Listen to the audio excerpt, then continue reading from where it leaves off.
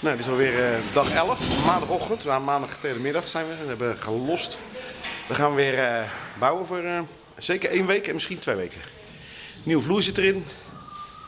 De GoPro-camera loopt weer, dus dat kun je wel een beetje bijhouden. Nou, we gaan vandaag die hokken plaatsen allemaal. De maquette hokken. De maquetten staan hier ook in de opslag. Daar hebben ze maar even ingepakt. Hier staan de maquettes. Remco, zeg even gelijk gedag, de nieuwste jongens. Goedendag, ik ben Remco. Kom vandaag lekker werken voor Theo. Hey. Heb je zin in, Domien?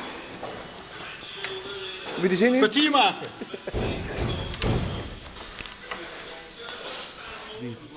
Morgen komen de schilders. Dus ze kunnen lekker aan de slag. Beetje opruimen eerst. Dus dag 12.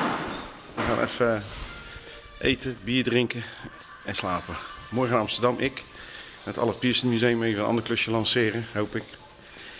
En dat is het dan.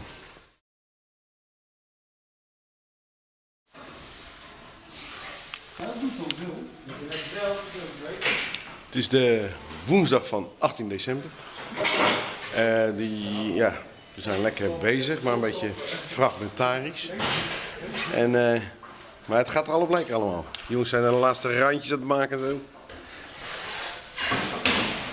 Daar hebben we Peppy van Peppy en Kokkie. Centjes verdienen. Centjes, ook nodig. Nou, alles zit al redelijk in de kleur. Het glas is besteld, de vloerbedekking is besteld. De vitrine bestaat al die hele lange brede, wordt een hele hoge, wordt echt zo hoog. Maar het staat nu alleen de onderkant. De schilders zijn lekker bezig. Ferry, onze ADHD-zanger. Dat is toch weer wel, hè? Nou, hier is goed te zien hoe die vorm eruit gaat zien.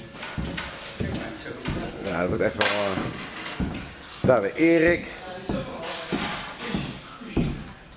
Die jongens plamuren die muur helemaal strak voor de foto dadelijk.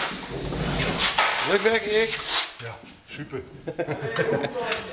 Mooiste tot nu toe. Mooiste tot nu toe. Nou, kijk. Dus we gaan lekker. Dus we gaan even een soort kerstmis vieren thuis. De jongens gaan nog 2 dagen door. Ik ga weer verder met een ander klusje in Vlissingen. Dus, we gaan lekker. Tot in ieder geval hier in 6 januari, geloof ik. Ja, 6 januari.